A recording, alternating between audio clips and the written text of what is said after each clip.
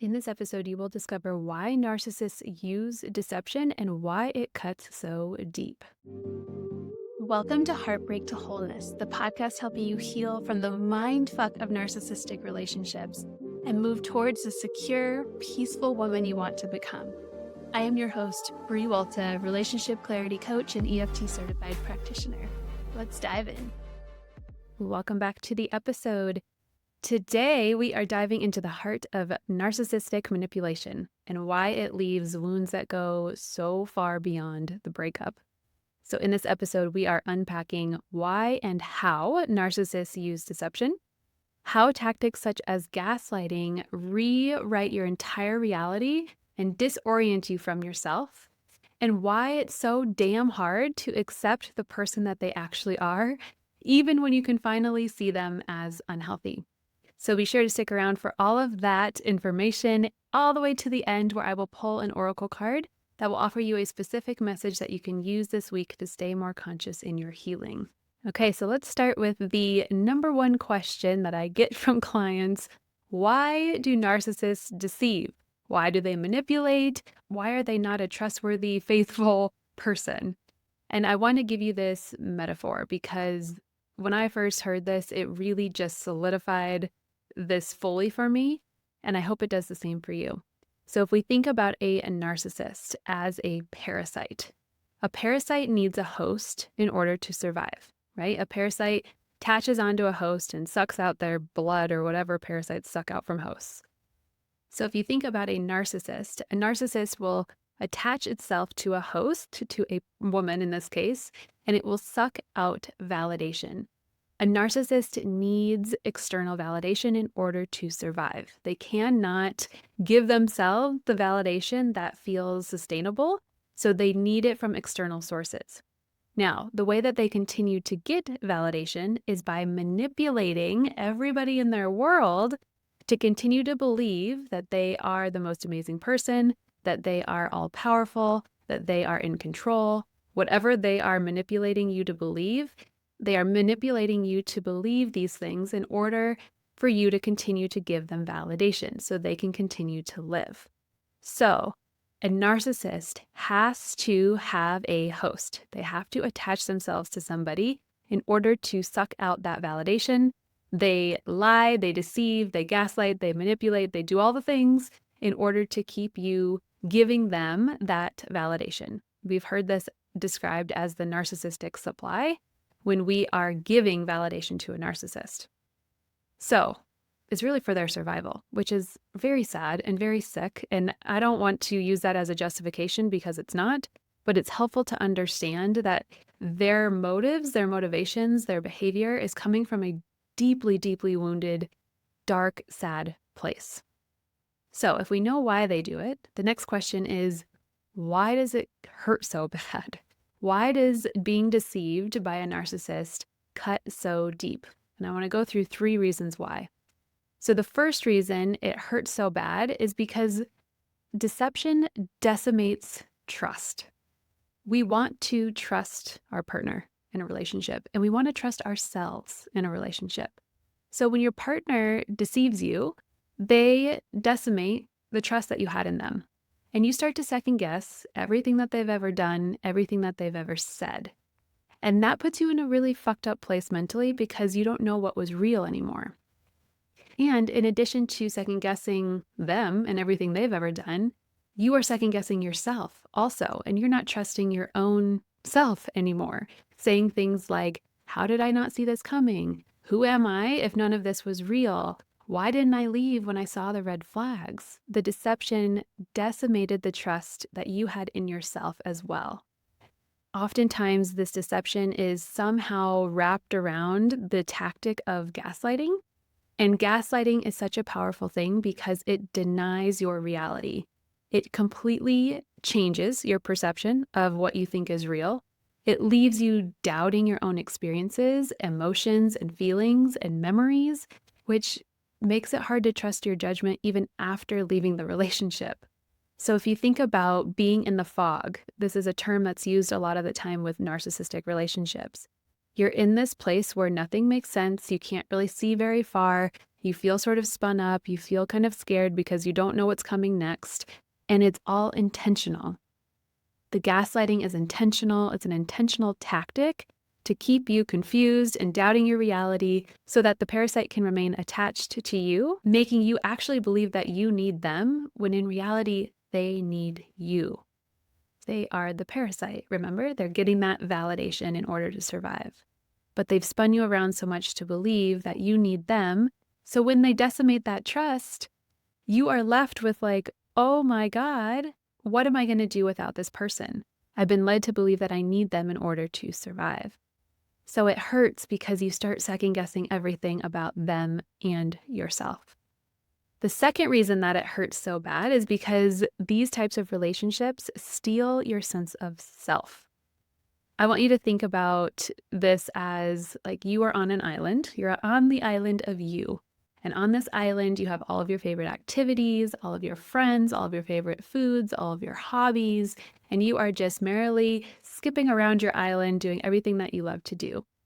And then this boat approaches, and this man is on this boat, and he's standing there with one leg up like Captain Morgan, I think is the alcohol, whatever. The guy is standing there just posed on the front of his boat, and he's promising you everything, right? He's approaching your island, and he's like, hey, girl, if you come with me, I'm going to show you a better island. I'm going to have all these bigger things and better things, and you are so amazing. You deserve so much more.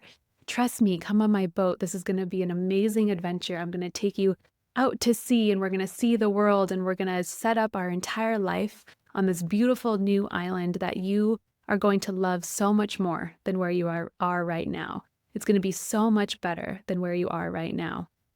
And you, wanting to believe that this person is not full of shit, gets on the boat, right? You want to believe what they're saying. You want to believe the person that they are portraying themselves to be. You get into their boat and you start sailing away. And as you are sailing, you find yourself farther and farther away from that island of you, which leaves you feeling unmoored to the thing that was really grounding you to your sense of self. And as you find out, as these relationships end, there was no other island. So you are just left on this boat, oftentimes after the narcissist has abandoned ship, in the middle of the ocean. You're just left there by yourself, not knowing where you're going anymore, not having any sort of attachment to who you were before because you're so far away from that island, and you feel really lost. They have stolen your entire sense of self. So when they leave, you're left with nothing. You're not just left with the absence of them, but you're left with the absence of you. And that cuts so deep. The third reason that it hurts is because you got a glimpse of what they could be, and that hope that they're going to get back to that person makes it really, really hard to accept who they are. It's like you know that they're capable of becoming that person. You've seen it, you've experienced it, and so when they're not returning to that original Prince Charming that was love bombing you into this relationship, it's really hard to understand why. We get into this internal tug of war. There's a concept called cognitive dissonance, which is the discomfort that we experience when we believe one thing and experience another. So we believe our partner to care about us and respect us, but we are experiencing them lie to us and cheat on us. It's really hard to understand how those things happen when we were so led to believe that they were who they said they were in the beginning. So this leads to a lot of rationalizations and justifications for behavior. And behavior typically will escalate. It doesn't always go from being amazing to then you finding out that you've been cheated on, although sometimes that happens. Most of the time, it goes from being amazing and slowly starts going downhill. And as you're going downhill, you're throwing out all of these justifications because otherwise it doesn't make sense. An example of this is, let's say your partner is starting to criticize you, and you may actually convince yourself that those criticisms are your fault or are constructive and meant to help benefit you, because in your mind, you have already created the belief around this person that they love you and that they're trying to help you. And if you hold that belief, you're going to try to make the external circumstance match the belief. So I'm going to try to spin whatever's happening to make it seem like, oh, they're doing this because they love me, because it's just too hard to accept otherwise. A term that I like to use for this phenomenon is called potential land. And potential land is that fantasy place where if we're living in the fantasy of them being the person that they were in the beginning or the person that they promised they would be, if I'm living in that place, then that delays the truth. That allows me to not have to see what's actually going on in my here and now until I'm ready to see the here and now. And what happens when we come out of potential land and we finally come out of the fog and we finally see this person as not Prince Charming, but actually the villain of the story, is we start to berate ourselves for staying so long in potential land, for living so long with this cognitive dissonance where we were trying to make excuses and trying to rationalize the behavior. So it hurts. It hurts when we finally come out of potential land. It hurts when we finally acknowledge that they're never going to be that person that we saw them to be in the beginning. Having that glimpse, having that hope is so powerful. So when you finally let go of that, it is so, so, so painful. There are so many layers. There are so many reasons why these relationships hurt. And these are just 3 of the reasons why it hurts so bad. I say that because I want you to understand that if you are trying to make sense of this mindfuck, if you are in the middle of this coming to awareness process or trying to make sense of what just happened to you and you can't, that you are not alone. You are not alone in that experience. There's nothing about a narcissist that makes sense to somebody who is not a narcissist. And so trying to understand them is kind of like trying to understand someone from another planet. So be gentle with yourself, be compassionate with yourself as you are learning about narcissists. This is very important to have that intake of information, the education around what this is, so you can kind of start to orient yourself around your experience.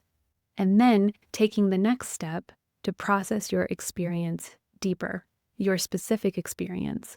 Sometimes we get caught up in just learning about narcissists when really we need to process how it felt to be with them and the pain that we specifically feel. So having that safe person, that safe space is so important to be able to dive deep so that these relationships do not continue to linger and cause you pain long term, which is really why I do what I do, which is why I've created this whole business around supporting women to do just that. As we end this episode today, I want to pull an oracle card so that you can have a gift of a message. Oh my gosh, it already came out. I just started to shuffle. What I do is I shuffle the deck and usually a card pulls out. This card came flying out. The message today is shrink. So I'm going to find this message for you and read to you what shrink means. Shrink appears as a warning that your perspective is tightening, narrow, or small. Shrink shows you your fate if you stay on the path of narrow-mindedness, blame, or vengeance. If you find yourself stuck in a situation that feels impossible, know that shrink is here to tell you that you are limiting yourself. Your fear-based thoughts or anger are squeezing out possibility. It's time to refocus, expand, open your mind to possibility and see the opportunity right in front of you. This may need to happen in the form of viewing someone you are angry with through the lens of compassion versus criticism. Or maybe it's seeking reconciliation over retaliation. Shrink brings a sense of mental expansion, thoughtfulness, openness, and care, even when you are feeling slighted. Drink water, find flow, reconstitute the part of you that can think, feel, and act your way through with love and compassion. And I would add to this, the love and compassion for yourself, first and foremost, is how you heal from these types of relationships. You have to start there.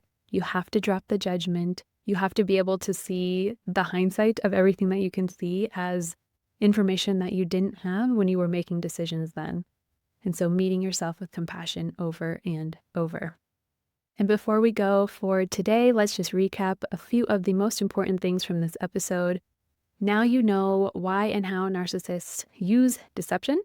You know the tactics such as gaslighting that they use to rewrite your entire reality and disorient you from yourself, from the island of you. And you know why it's so hard to accept the person that they actually are, even when you can finally see them as unhealthy. If you enjoyed this episode, I'm going to point you towards episode 60, which is called Why Narcissists Manipulate and How to Protect Yourself from Getting Trapped. That is going to go even deeper into the narcissistic psychology and why they do what they do. And as always, you are not alone. I am here for you, and I'll see you in the next episode.